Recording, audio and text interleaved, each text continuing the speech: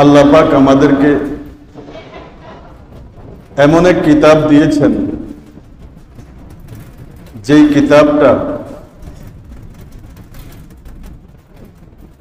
এত ব্যাপক, এত বিস্তৃত, এত ওজন যে আল্লাহ পাক আসমানি কিতাব যতগুলো নাজিল করেছেন, বড় 4খানা কিতাব, ছোট 100টা, মোট 104টা কিতাব। এই সকল কিতাবের মধ্যে যা কিছু আছে, গোটা কোরআনের মধ্যে সব ইলম আছে। কোরআনের ওজন কত! আল্লাহ পাক সূরা বনী ইসরাঈলের 82 নম্বর আয়াতের মধ্যে এই কোরআনের 2টা বৈশিষ্ট্য আলোচনা করেছেন। قال الله تعالى وننزل من القرآن ما هو شفاء ورحمة للمؤمنين ولا يزيد الظالمين إلا خسارا। আমি এই কোরআন থেকে নাজিল করেছি রোগ নিরাময়, আরোগ্য, এবং এই কোরআন থেকে নাজিল করেছি রহমত মুমিনদের জন্য। ওয়ালা ইয়াজিদুজ যালিমিনা ইল্লা খাসারা। আর যারা জালেম, যারা অবাধ্য, যারা নাফরমান, যারা অবিশ্বাসী, এদেরকে এই কোরআনের দ্বারা শুধু ক্ষতি বৃদ্ধি করে। কোরআনের দ্বারা তারা রহমত পায় না, কোরআনের দ্বারা তারা আরোগ্য লাভ করে না, কোরআনের মাধ্যমে তারা শিফা অর্জন করতে পারে না, কোরআনের দ্বারা তারা হেদায়েত প্রাপ্ত হয় না। তাদের শুধু ক্ষতি বৃদ্ধি হয় এই কোরআনের মাধ্যমে। قال رسول الله صلى الله عليه وسلم إن الله يرفع بهذا الكتاب أقواما ويضع به آخرين أو كما قال النبي عليه الصلاة والسلام। আল্লাহ পাকের রাসূল সাল্লাল্লাহু আলাইহি ওয়াসাল্লাম ইরশাদ করেন, এই কোরআনের দ্বারা, এই কিতাবের দ্বারা আল্লাহ পাক অনেককেই উচ্চ মর্যাদায় আসীন করেন, আবার অনেককে এই কোরআনের দ্বারা নিচু করেন। এই কোরআনের মাধ্যমে অনেকেই নিচু হয়ে যায়, অনেকেই ধ্বংস হয়ে যায়। তো কোরআনের দ্বারা আরোগ্য লাভ করে এই আয়াতের মধ্যে, সূরা বনী ইসরাঈলের এই 82 নম্বর আয়াতের মধ্যে যে আল্লাহ পাক বলেছেন যে আমি কোরআন থেকে অবতীর্ণ করেছি শিফা, রোগ নিরাময়, আরোগ্য, এবং মুমিনদের জন্য রহমত। এই বৈশিষ্ট্য, এই 2টা বৈশিষ্ট্য কাদের জন্য? এই 2টা উপকার কাদের জন্য? যারা বিশ্বাসী হয়, যারা কোরআনকে বিশ্বাস করে, যারা কোরআনকে বুকে ধারণ করে, যারা কোরআনের শিক্ষাকে নিজের জীবনে বাস্তবায়ন করে। কোরআনের মধ্যে আরোগ্য, কিসের আরোগ্য? নিঃসন্দেহে কুফর, শিরক, আল্লাহ পাকের নাফরমানি, মূর্খতা, এটা দুরারোগ্য ব্যাধি। এগুলো কি দুরারোগ্য ব্যাধি? এই কুফর, শিরক, নাফরমানি, মূর্খতা, এই দুরারোগ্য ব্যাধির অব্যর্থ মহা ঔষধ হলো কোরআন। যারা কোরআন শিখবে, কোরআন অনুযায়ী আমল করবে, কোরআনকে বুকে ধারণ করবে, কোরআন দ্বারা তার জীবনটাকে সাজাবে, নিঃসন্দেহে এই কুফুরির, অস্বীকার করার যে রোগ, আল্লাহ পাকের সমকক্ষ স্থাপন করা তথা শিরকের যে রোগ, গুনার যে রোগ, আল্লাহ পাকের হুকুমকে অমান্য করার যে রোগ, বিভিন্ন ধরনের পাপাচারে আসক্ত হওয়ার যে রোগ, এই কোরআনী শিক্ষা দ্বারা, এই কোরআনকে বুকে ধারণ করার দ্বারা, কোরআনী শিক্ষা গ্রহণ করে কোরআনী শিক্ষাকে জীবনে বাস্তবায়ন করার দ্বারা এই সমস্ত রোগগুলো দূর হয়ে যাবে।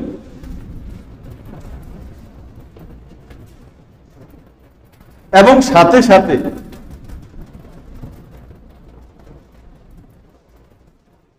এই কোরআনের মধ্যে যে আল্লাহ পাক রহমত রেখেছেন, এই কোরআনী শিক্ষা বাস্তবায়ন করার মধ্যে যে আল্লাহ পাক রহমত রেখেছেন, সেই রহমতটাও সে প্রাপ্ত হবে। সে জান্নাত পাবে, সে জাহান্নাম থেকে মুক্তি পাবে, সে কবরের জীবনের শান্তির ফয়সালা তার হবে, সে ফুলসিরাতকে অতিক্রম করতে পারবে, সে হিসাব নিকাশ সহজে দিতে পারবে এবং দুনিয়ার জীবনেও সে সফলতা লাভ করবে, দুনিয়ার জীবনেও সে স্বস্তির জীবন যাপন করবে, দুনিয়ার জীবনেও সে সুখময় জীবন লাভ করবে, দুনিয়াতেও সে শান্তির জীবন লাভ করবে,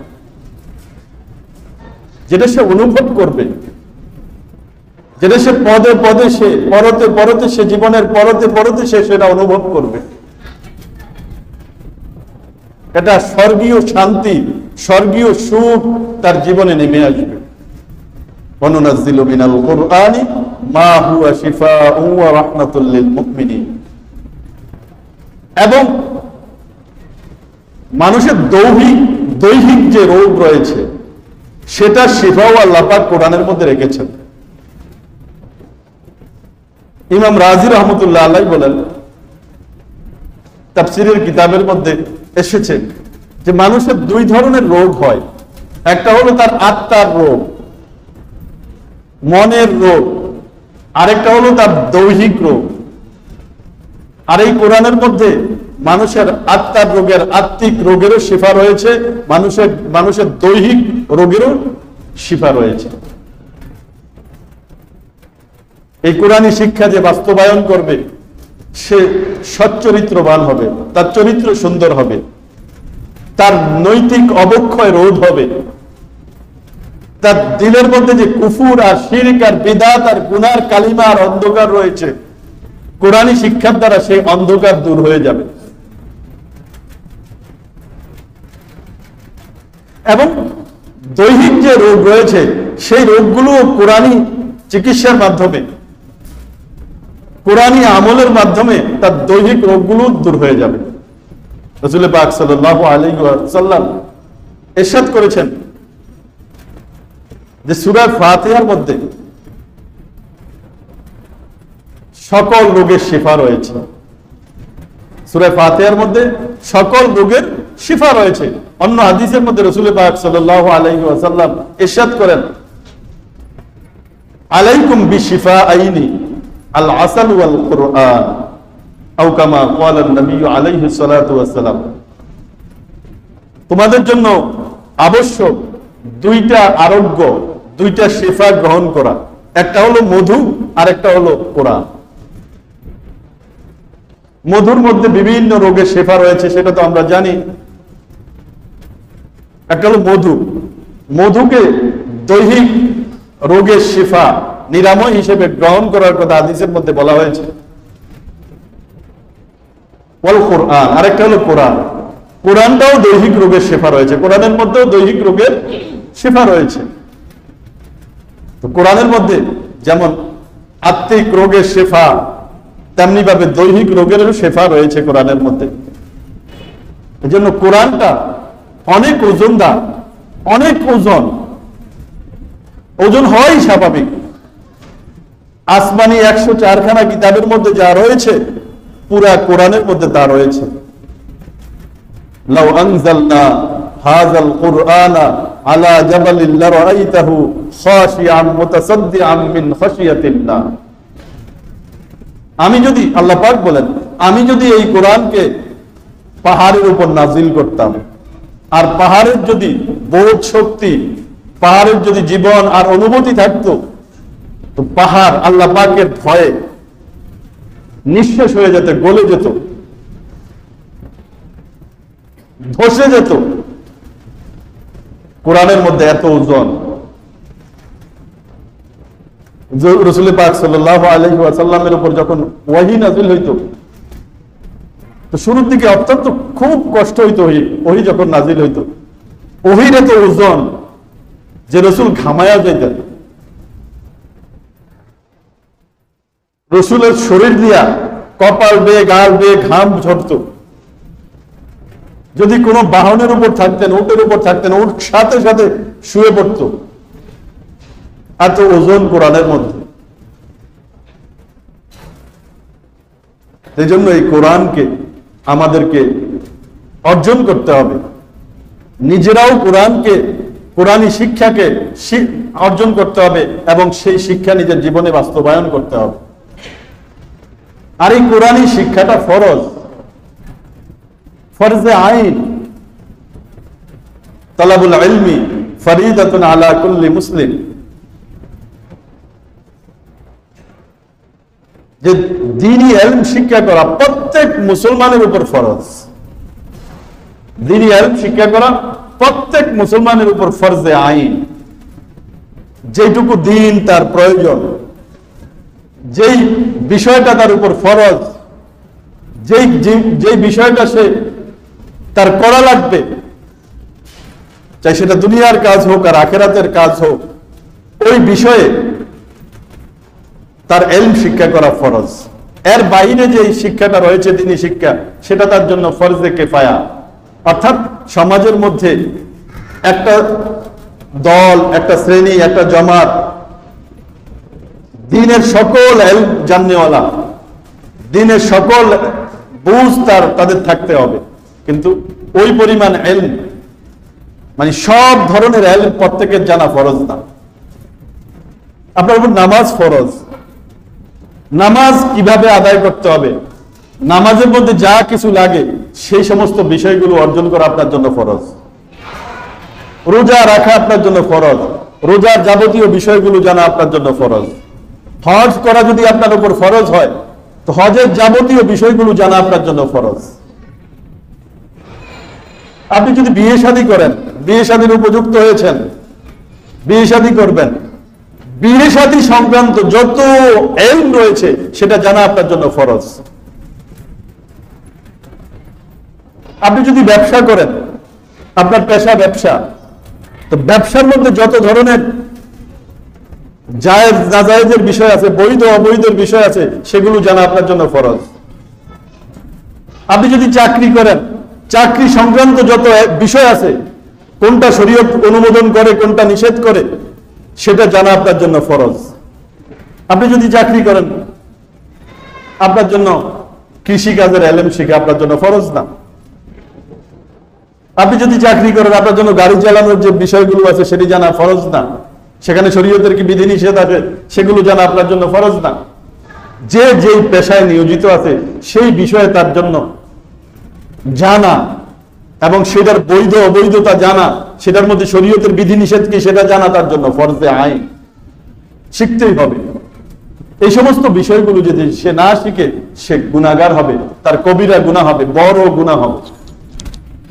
তার কি হবে? কবিরা গুনাহ হবে। এজন্য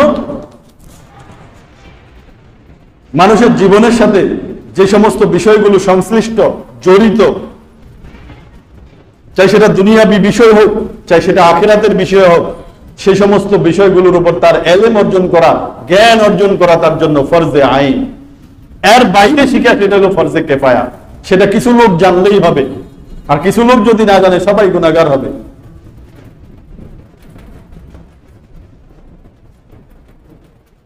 ইলম শিক্ষা করা খুবই জরুরি জিনিস। আর ইলম শিক্ষা যে ব্যক্তি করবে, আল্লাহ পাক তার জন্য জান্নাতের রাস্তা সহজ করে দিবে। মান ক্বালা রাসূলুল্লাহ সাল্লাল্লাহু আলাইহি ওয়াসাল্লাম মান সালাকা তারিকান ইয়াতলুবু ফীহি ইলমা সালাকাল্লাহু বিহি তারিকান মিন তুরুকিল জান্নাহ আও কামা ক্বালা নবী আলাইহি সাল্লাতু ওয়াসাল্লাম। যে ব্যক্তি ইলম শিক্ষা করার জন্য কোন রাস্তা, কোন পথ, কোন পন্থা অবলম্বন করে, আল্লাহ পাক তার জন্য জান্নাতের রাস্তাকে সহজ করে দেন।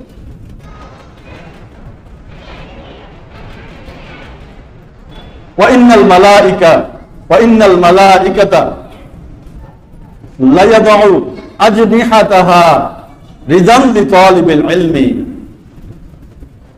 আর যে ব্যক্তি ইলম শিক্ষা করে, ইলম শিক্ষাকারীর জন্য ফেরেশতারা, ইলম শিক্ষাকারীকে খুশি করার জন্য ফেরেশতারা তার পাখা বিছিয়ে দেয় ইলম শিক্ষাকারীর পায়ের নিচে। ওয়া ইন্নাল আলিমা লা ইস্তাগফিরু লাহু মান ফিস সামাওয়াতি ওয়াল আরদ ওয়াল হিতানু ফি জাওফিল মা। আর যে ইলম শিক্ষা করার জন্য বের হয়, যে ইলম শিক্ষা করে, তার জন্য আসমান জমিনের সকল মাখলুক, সকল সৃষ্টি এবং পানির নিচে মাছও তার জন্য ক্ষমার প্রার্থনা করে, ক্ষমার জন্য দোয়া করে। ওয়া ইন্না ফাজলাল আলিমি আলাল আবিদি কাফাজলিল কমারি লাইলাতাল বদরি আলা সাইরি নুজুম আও কামা ক্বালা an-নবী আলাইহিস সালাতু ওয়াস সালাম আলা সাইরিল কাওয়াকিব আও কামা ক্বালা an-নবী আলাইহিস সালাতু ওয়াস সালাম। আর যে ব্যক্তি ইলম শিক্ষা করে, ইবাদত করে, তার ফজিলত, যে ইলম শিক্ষা করে না ইলম শিক্ষা না করে ইবাদত করে, তার উপর এমন যে 14 তারিখের চাঁদ সমস্ত তারকারাজির উপর যেমন ফজিলত রাখে, যে ইলম শিক্ষা করে ইবাদত করে সে ওই সমস্ত লোকদের উপর এমন ফজিলত রাখে যারা ইলম না শিখে ইবাদত করে। কারণ নামাজ যদি আপনি না শিখে ইবাদত করেন, নামাজ না শিখে আদায় করেন, নামাজের মধ্যে কোরআন তেলাওয়াত করা লাগে, সেটা যদি না শিখেন, নামাজের মধ্যে ফরজ আছে, ওয়াজিব আছে, সুন্নত আছে, মুস্তাহাব আছে, নামাজ ভঙ্গের কারণ আছে, নামাজের মধ্যে সিজদায়ে সাহু আছে, নামাজের মধ্যে তাশাহুদ আছে, দুরূদ শরীফ আছে, দোয়া মাসুরা আছে, দোয়া কুনুত আছে, এই সমস্ত বিষয়গুলো না জেনে যদি নামাজ পড়ে, আর যে জেনে নামাজ পড়বে তার নামাজের ফজিলত, তার ইবাদতের মান, তার সওয়াব, এটা তো বাহ্যিক ভাবেই অনুভব করা যায়, অনুমান করা যায়। এজন্য এইটুকু ইলম আমাদেরকে অর্জন করতে হবে, এটা ফরজ, এটা ফরজ একবারে সর্ব শ্রেণীর মানুষের জন্য,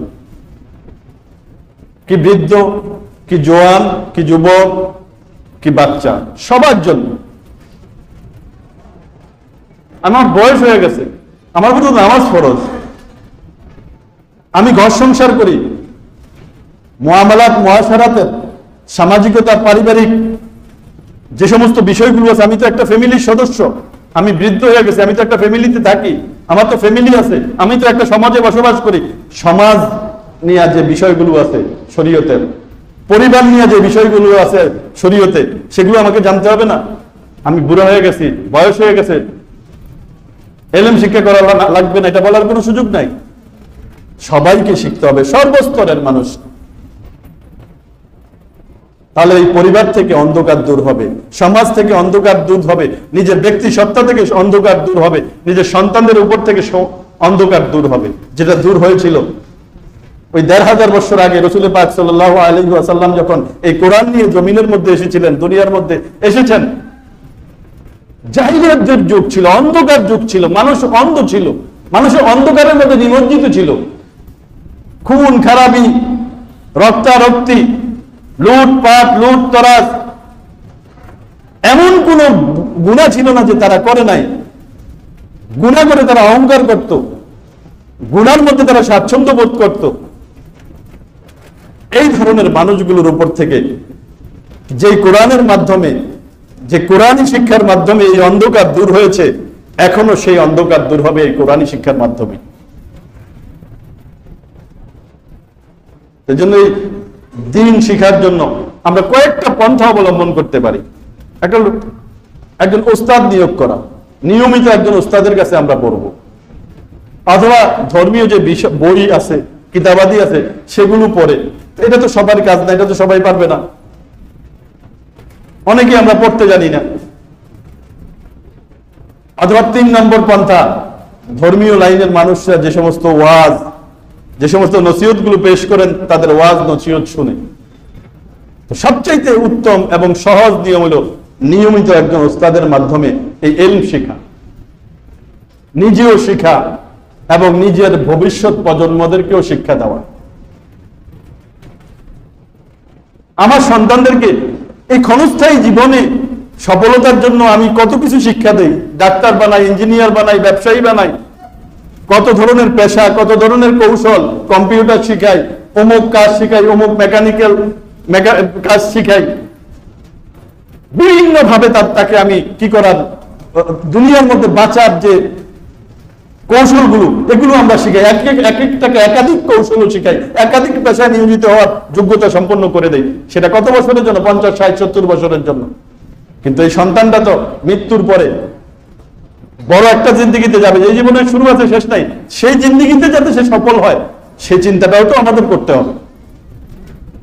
এবং সেই চিন্তাটা করলে আমার এই প্রিয় কলিজার টুকরা সন্তান উভয় জাহানে যেরকম উপকৃত হবে, আমিও তার দ্বারা উপকৃত হবে। আমার মৃত্যুর সময় এই সন্তান আমার মাথার পাশে বসবে। قال رسول الله صلى الله عليه وسلم ما من مريض يقرأ عنده ياسين إلا مات ريان وأدخل في قبره ريان وحشر يوم القيامة ريان। কোন মুমূর্ষু ব্যক্তির সামনে যদি কোরআন তেলাওয়াত করা হয়, কোন মুমূর্ষু ব্যক্তির সামনে যে মৃত্যু পথযাত্রী তার মাথার কাছে বসে যদি, তার কাছে বসে যদি কেউ সূরা ইয়াসিন তেলাওয়াত করে, সে তৃপ্ত অবস্থায়, সে পরিতৃপ্ত অবস্থায় মৃত্যুবরণ করবে। তাকে কবরে রাখা হবে পরিতৃপ্ত অবস্থায়, তাকে কবর থেকে উঠানো হবে, তার হাসর হবে পরিতৃপ্ত অবস্থায়। আমি মুমূর্ষু অবস্থায় আমার সামনে, আমার কাছে কি প্রধানমন্ত্রী এসে বসবে, কোন এমপি, মন্ত্রী, চেয়ারম্যান, মেম্বার, কোন কমিশনার, আমার কোন দুস্থ, আমার প্রতিবেশী? আমার মাথার পাশে সর্বপ্রথম বসবে আমার সন্তানরা, কারণ তার সাথে আমার রক্তের সম্পর্ক। আমি যদি তাকে শিখাইলামই না, সে বসলো ঠিক কিন্তু পড়তে পারলো না। সন্তানকে কোরআনও শিক্ষা দিতে হবে, এটা দ্বারা সে দুনিয়াতে উপকৃত হবে। আমার এই কলিজার টুকরা সন্তান দুনিয়ার জীবনে শান্তি লাভ করবে এবং পরকালীন জীবন যেটা আবাদুল আবাদ, চিরস্থায়ী, সেখানে শান্তি লাভ করবে এবং তার দ্বারা আমিও উপকৃত হব। মৃত্যুর সময় থেকে উপকৃত হওয়া শুরু হবে। আমি যখন মুমূর্ষু রোগী হব, তখন সে আমার মাথার পাশে বসে সূরা ইয়াসিন পড়বে। এই সূরা ইয়াসিনের দ্বারা আমার মৃত্যু হবে পরিতৃপ্ত অবস্থায়, কবরে যাব পরিতৃপ্ত অবস্থায়, কবর থেকে উঠবো পরিতৃপ্ত অবস্থায়।